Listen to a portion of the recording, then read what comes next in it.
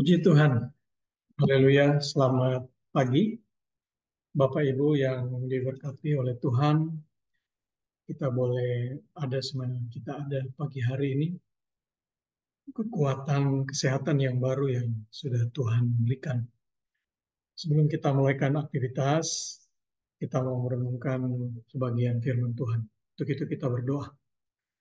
Terima kasih Bapak di surga. Kami mengucap syukur pagi hari ini. Kami ada, kami boleh ditolong, dilawat, dipelihara, disertai oleh Tuhan. Kami merasakan kekuatan yang baru, semua karena berkat anugerah-Mu. Dan sebelum kami mulaikan aktivitas, biar Tuhan yang akan mengurapi kami. Kami ingin dibekali dengan kebenaran firman. Terima kasih Bapa di surga. Dalam nama Yesus kami berdoa. Amin. Tema renungan pada pagi hari ini adalah rekonsiliasi. Ya, kita baca di dalam 1 Petrus 3 ayat 11. Ia harus menjauhi yang jahat dan melakukan yang baik. Ia harus mencari perdamaian dan berusaha mendapatkannya.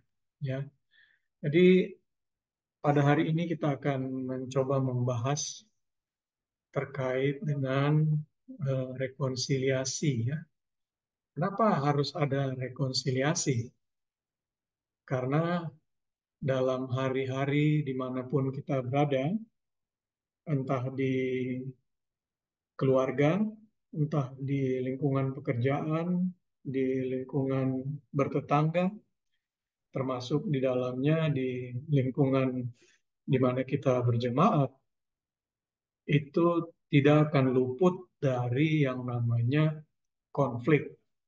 Ya, untuk itu eh, rekonsiliasi ini harus terus diupayakan dan harus terus menjadi dasar kita karena Yesus sendiri yang berkehendak supaya umat-umat Tuhan, pengikut Kristus itu bersatu, ya. Nah, jadi untuk supaya kita bisa bersatu, kita sehati, kita sepikir, maka memang dalam eh, diri kita selalu ditanamkan upaya untuk rekonsiliasi. Kembali ke pertanyaan di awal, kenapa harus rekonsiliasi? Karena kita tidak mungkin menghindari yang namanya konflik. Konflik itu akan selalu muncul. Nah, apa penyebab konflik?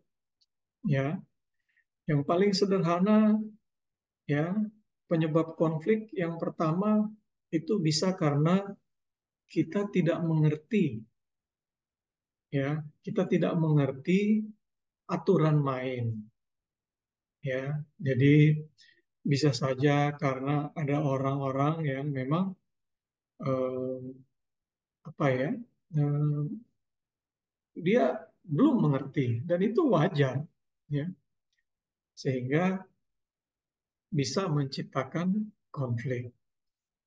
Atau bisa juga konflik itu muncul karena salah paham.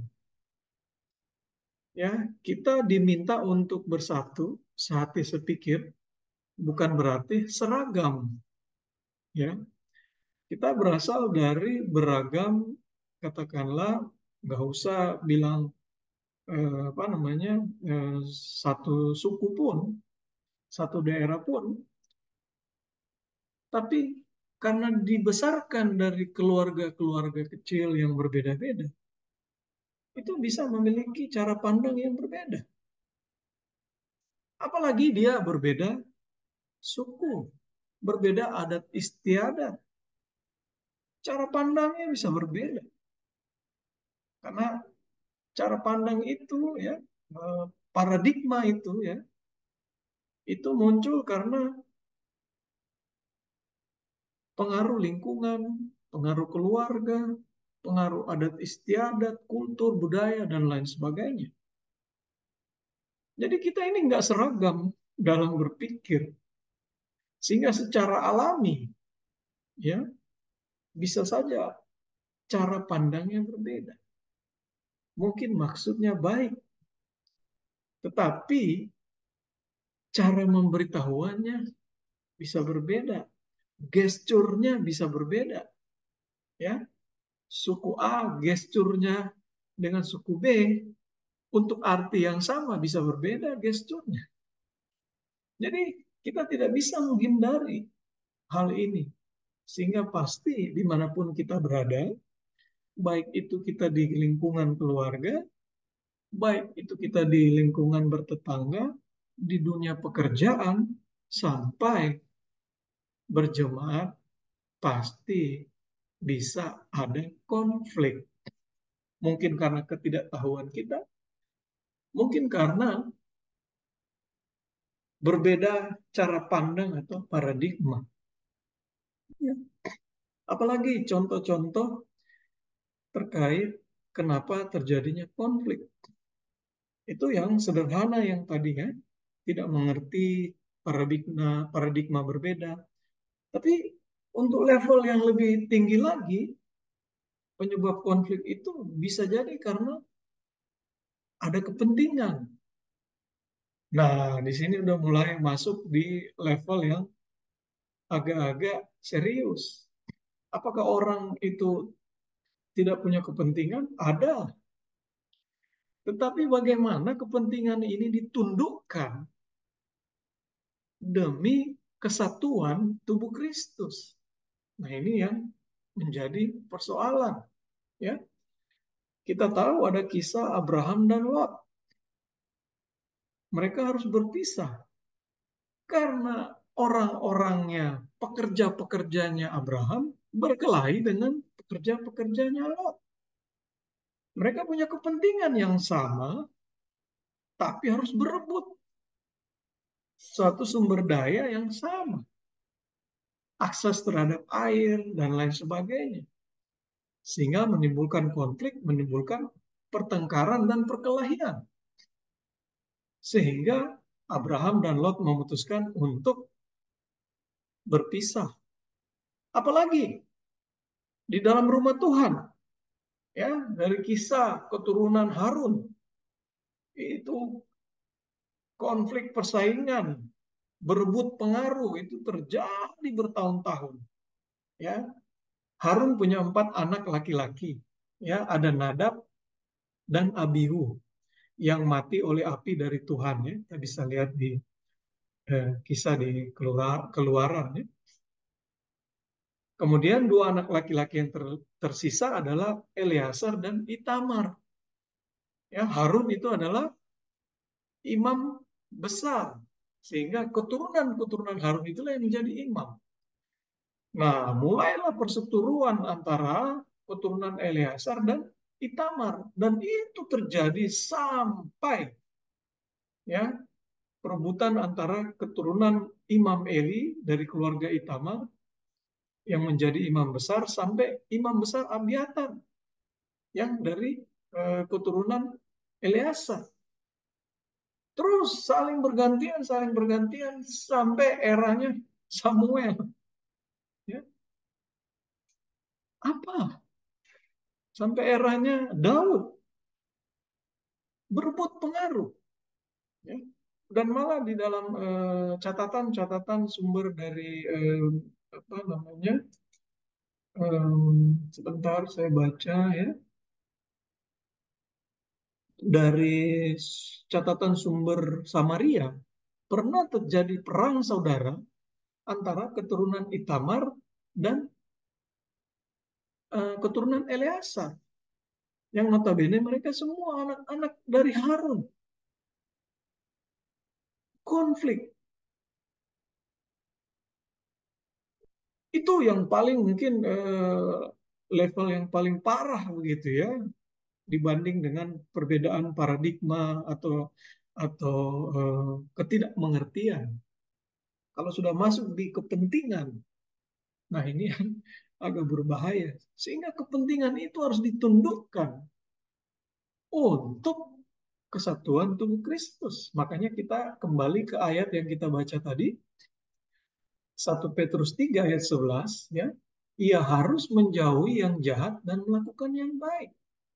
Ia harus mencari perdamaian dan berusaha mendapatkannya. Ya, jadi tadi ya, karena ada kepentingan, apalagi iri, dengki.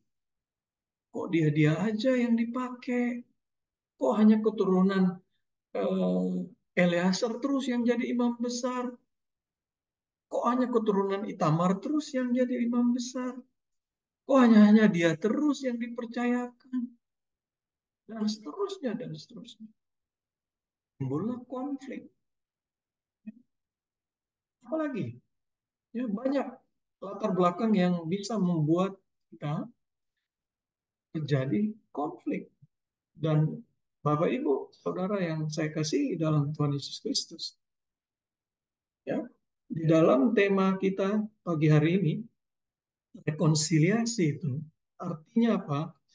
Artinya kita berupaya menundukkan semua ego dan sebagainya, supaya ada kesehatian, ya, sehati sepikir, ada kesatuan dalam tubuh Kristus sebagaimana doa Yesus sebelum naik ke surga. Dan inilah yang harus diupayakan sungguh-sungguh.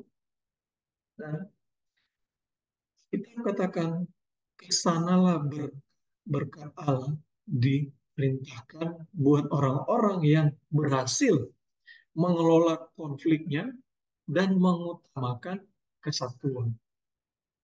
Namun demikian, ya, bukan berarti juga kita mengabaikan suatu prinsip-prinsip.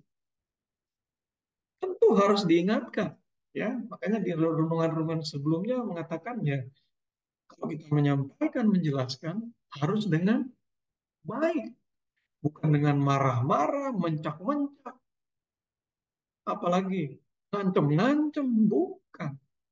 Kita harus menjelaskannya dengan baik, bahwa itu tidak pas. Kalau kita sudah menjelaskannya dengan baik dan pihak lain belum bisa terima, ya kita harus menunggu waktunya. Jadi fokus kepada rekonsiliasi bukan berarti kita mengabaikan kok masalahnya. Yang dilakukan oleh Paulus ketika menegur Petrus. Petrus belum datang kelompok Yakobus, dia makan sama-sama dengan orang-orang non-Yahudi, orang-orang yang tidak bersunat. Notabene sama-sama pengikut Kristus. Ketika datang kelompok yang mendukung apa namanya adat istiadat Yahudi, orang-orang Yahudi, dia mundur, nggak mau ikut-ikutan. Marah Paulus, apa-apaan ini? Nggak konsisten. Kan kemerdekaan Kristus itu sudah memerdekakan kita dengan darah Yesus, nggak melihat lagi sunat-sunat jasmani. Sudah sama itu di mata Yesus. Tapi karena adat istiadat itu saya bilang tadi, ya, kita dibesarkan oleh kultur tertentu, adat istiadat tertentu bisa berbeda paradigmanya. Ada ketakutan, ada koridor-koridor dan lain sebagainya. Namun masalahnya harus diselesaikan. Sehingga Paulus menegur, ya, dan akhirnya terus menyadari, dan setelah beberapa waktu setelah kejadian Paulus menegur Petrus, ya, ada sidang di Yerusalem, dan Petrus akhirnya mendukung apa yang disampaikan oleh Paulus. Dan itu gayanya Paulus menegur itu luar biasa. Ya, tapi itu ya, maksudnya dalam hal ini ya, kita tetap mengutamakan rekonsiliasi, ya. Kalau memang perlu waktu ya kita sabar. Tetapi persoalan mendasar itu bukan berarti kita abaikan. Ya, ada ayat yang ingin saya bacakan juga Matius 5 ayat 9. Berbahagialah orang yang membawa damai, karena mereka akan disebut anak-anak Allah. Jadi kita mengutamakan hubungan itu, ya, personal relationship itu, kita memiliki cara pandang harus sehati sepikir, yaitu rekonsiliasi. Kita abaikanlah perbedaan, salah paham, tidak mengertian, kita abaikan dulu lah itu ya. Ya, walaupun tadi ya saya menjelaskan juga ada kata tertentu karena iri hati, dengki, ada kepentingan dan lain sebagainya. Itu yang harus ditundukkan di bawah Kristus. Puji Tuhan ya. Kita berdoa.